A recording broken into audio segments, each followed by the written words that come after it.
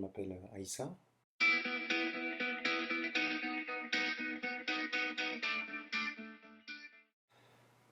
Essayer d'aller le plus vers l'autre, développer ma curiosité et apprendre de l'autre.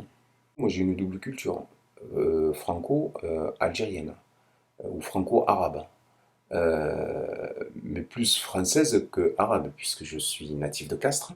Mes ressources, donc, je les puise, surtout, je les ai puisées dans tout ce qui est la littérature. Alors, du coup, franco-anglaise, voilà, parce que bon, en tant que scientifique, eh bien, faut avoir un petit peu de culture, enfin, il faut maîtriser un petit peu l'anglais pour comprendre, pour poursuivre des études. Et alors, après, arabe, ce qui est intéressant, c'est le monde arabo-musulman aussi, parce que on aime bien savoir d'où on vient, ou d'où viennent nos ancêtres. Et ça, c'est nécessaire. Quel est l'héritage biologique que l'on a? Je suis issu d'une famille, bon, pratiquement qui illettrée analphabète, pratiquement. Mes parents sont arrivés en France avec une valise, voilà, et une tante.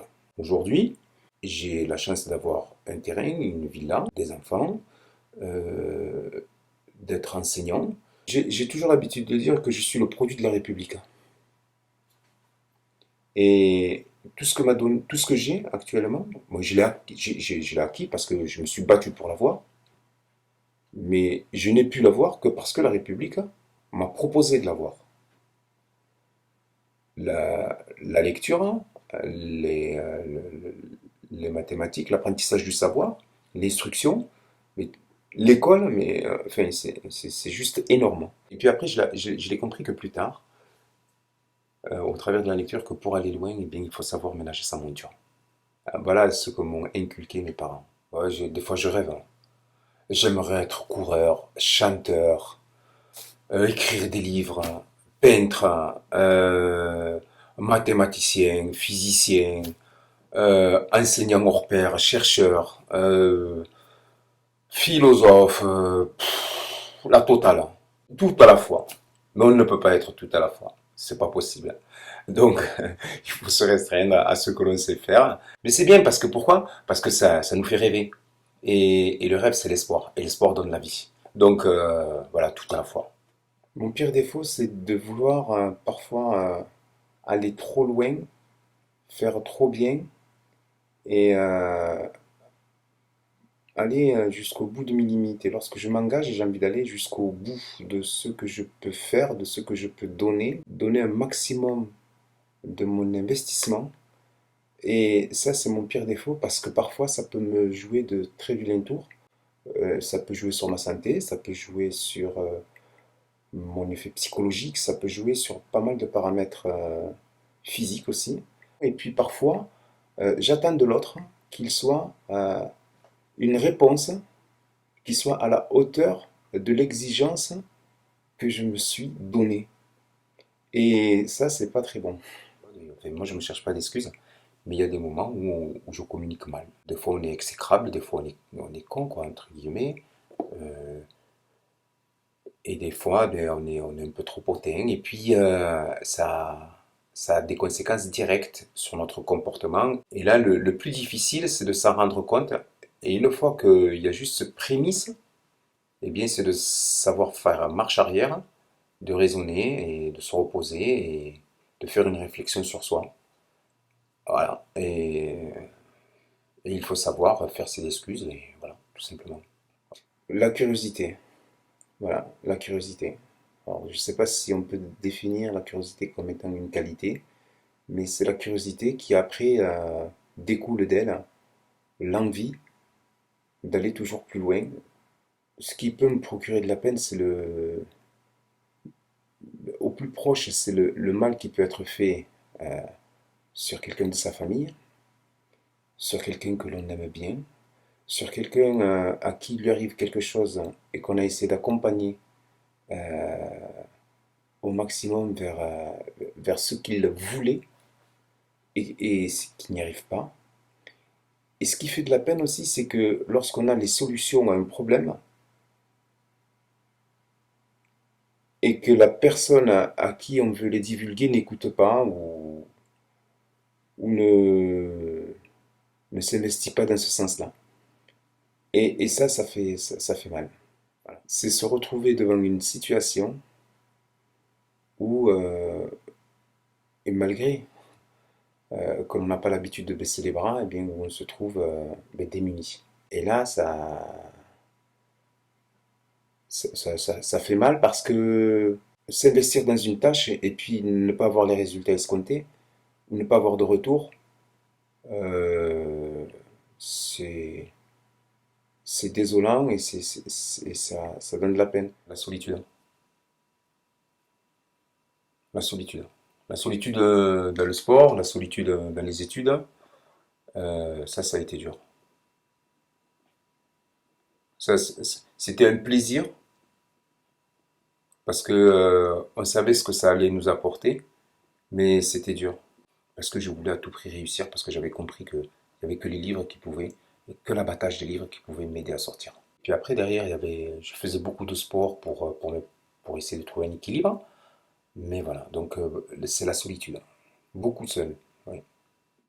Alors la joie, c'est lorsque un projet aboutit. La joie, c'est quand même c'est un sentiment puissant, hein, la joie.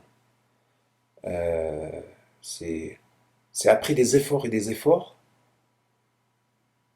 et il y a un résultat qui arrive, et même si ce n'est pas le résultat qu'on attendait, il y a quand même de toutes petites choses positives et qui suffit, ces choses positives suffisent à rendre un sentiment dominant qui est celui de la joie. Une satisfaction en soi, presque. Et quels que soient les domaines sportifs, les domaines éducatifs, les domaines politiques, euh, ça fait plaisir. C'est en fait un remerciement. Voilà. C'est ça. C'est le remerciement d'un effort, même si c'est très petit. C'est ça la joie. La joie, c'est aussi, c'est quoi? C'est partager aussi. Et bien, quand on a quelque chose, on aime bien le dire, hein. On aime bien le montrer. Parfois, on le montre parce qu'on a envie de partager. Et quand ça vient d'un effort, eh bien, on est heureux de le partager avec tout le monde. Et ça procure aussi un sentiment de remerciement en soi, donc de la joie. Après, il y a la lecture, l'effort de soi-même, hein. Euh, Quand on lit parce qu'on veut apprendre des choses, eh bien, après des recherches et des recherches, et quand on finit par comprendre, eh bien, on est heureux. Alors après, est-ce que être heureux, c'est être joyeux? Je le crois aussi. Ce qui me passionne, c'est les voyages. Ce qui me passionne, c'est la nature. Ce qui me passionne, c'est la pêche. Ce qui me passionne, c'est la chasse. Ce qui me passionne, c'est tout ce qui est attrait tout ce qui est autour de la nature. Ce qui me passionne, c'est le sport. Mais tout ça, c'est lié parce que le sport, on se retrouve dans un milieu naturel. Alors là, c'est le rêve. Donc j'ai touché un peu de tout. J'ai touché un peu tout le sport. Pas beaucoup de temps, mais juste assez pour prendre du plaisir. Et après, là où j'ai persévéré, c'est l'athlétisme. D'abord, j'étais un spécialiste du 3 mm. Après, je suis passé au 3 mm steeple. Et ensuite, le 10 mm, ça fait pas si longtemps que ça fait 7 ans que j'y suis dedans. Et je suis à 35 minutes au 10 000. Voilà, ce qui est pas mal, ce qui est niveau interrégional. Le sport, c'est arrivé aussi à l'adolescence. Mais là aussi, c'est un truc extraordinaire, c'est que j'étais en osmose entre euh, la dépense physique et la dépense intellectuelle. Et j'avais l'impression qu'il y avait un équilibre qui s'était installé. Si je faisais beaucoup l'un, il me manquait l'autre. Si je faisais beaucoup l'autre, il me manquait l'un. Enfin, il fallait trouver un équilibre. Et si je manquais aux deux, je me sentais mal. Et donc du coup, eh bien, je faisais beaucoup de sport d'un côté, beaucoup d'activités intellectuelles de l'autre, pour équilibrer tout ça et pour me sentir bien. Et je me suis senti de mieux en mieux. J'étais passionné par tout ce qui était science pure, hein, science, c'est-à-dire physique et chimie. D'abord la chimie, après la physique. Après, j'ai vite compris que la physique et la chimie, ça ne pouvait s'expliquer qu'avec des mathématiques. Donc j'ai amplifié les maths. Et après, j'ai vite compris que si je voulais amplifier mes connaissances, il fallait que je sois bon en anglais. Donc j'ai fait de l'anglais. J'ai vite compris aussi que s'il fallait que l'expression de mes idées, eh bien, il fallait savoir lire, écrire, écrire. Et pour savoir écrire, eh bien, il fallait savoir lire. J'ai découvert que je pouvais apprendre plein de choses parce que je savais lire et parce que je savais écrire. Et que je savais compter, que je pouvais expliquer des phénomènes. Mais chez moi, j'ai fait des expériences. J'ai trouvé les solutions dans les livres, dans les expériences. Ce qui était fabuleux, c'est que ce qui était écrit dans les livres, c'était vrai en réalité.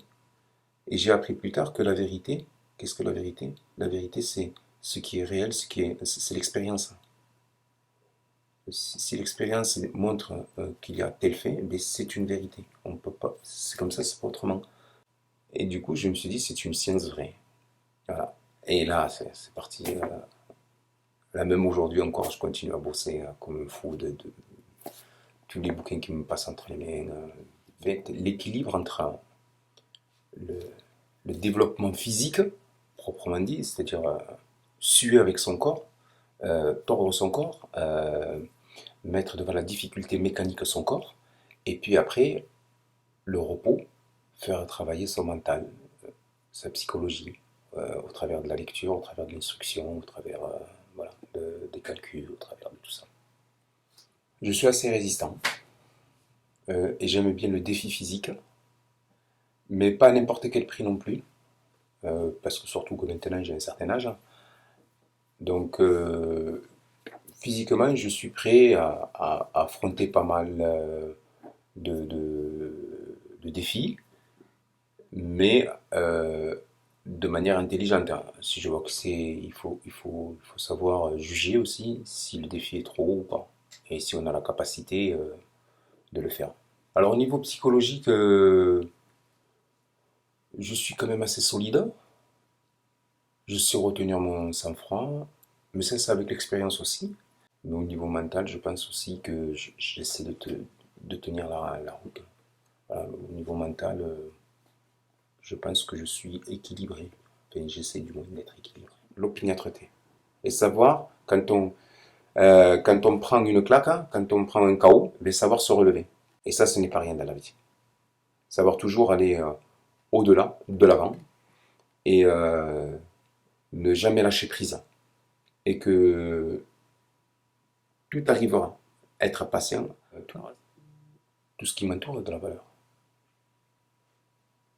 Tout, le milieu dans lequel je vis, a de la valeur. Parce que si on détériore le milieu dans lequel je vis, je meurs. Ça va de soi. Euh, tout ce qui nous entoure a de la valeur. Il faut protéger tout ce qui nous entoure. Ce qui ne porte pas de valeur, à nos yeux, peut être détruit. Mais tout a de la valeur pour moi. Tout. Tout, tout, tout. Tout ce qui permet à l'humanité de vivre. Tout ça, ça a de la valeur. Donc en fait, tout ce qui a de la valeur, c'est ce pourquoi il faut se battre et que ça persiste et que ça continue dans la vie. J'ai rencontré beaucoup de personnes. J'ai rencontré beaucoup de personnes et certaines m'ont permis d'être ce que je suis aujourd'hui. J'ai saisi les opportunités. Un terme de caractère, c'est que quand ils sentent qu'en face d'eux, il y a quelqu'un qui en veut, eh bien, il faut le nécessaire pour que cette personne réussisse. Et ça, c'est un caractère qui est positif. Voilà. Donc après, bien sûr, dans ma vie, j'ai rencontré aussi des personnes qui étaient négatives, hein, mais j'évitais de les fréquenter parce que ça n'apporte que des histoires, et ça n'apporte, enfin voilà, c'est plus un frein à la progression que, voilà, c'est plus un frein qu'autre chose. Par contre, celles qui peuvent apporter du grain au moulin, celles qui peuvent apporter un plus, là oui, je partage avec eux un chemin s'il est nécessaire.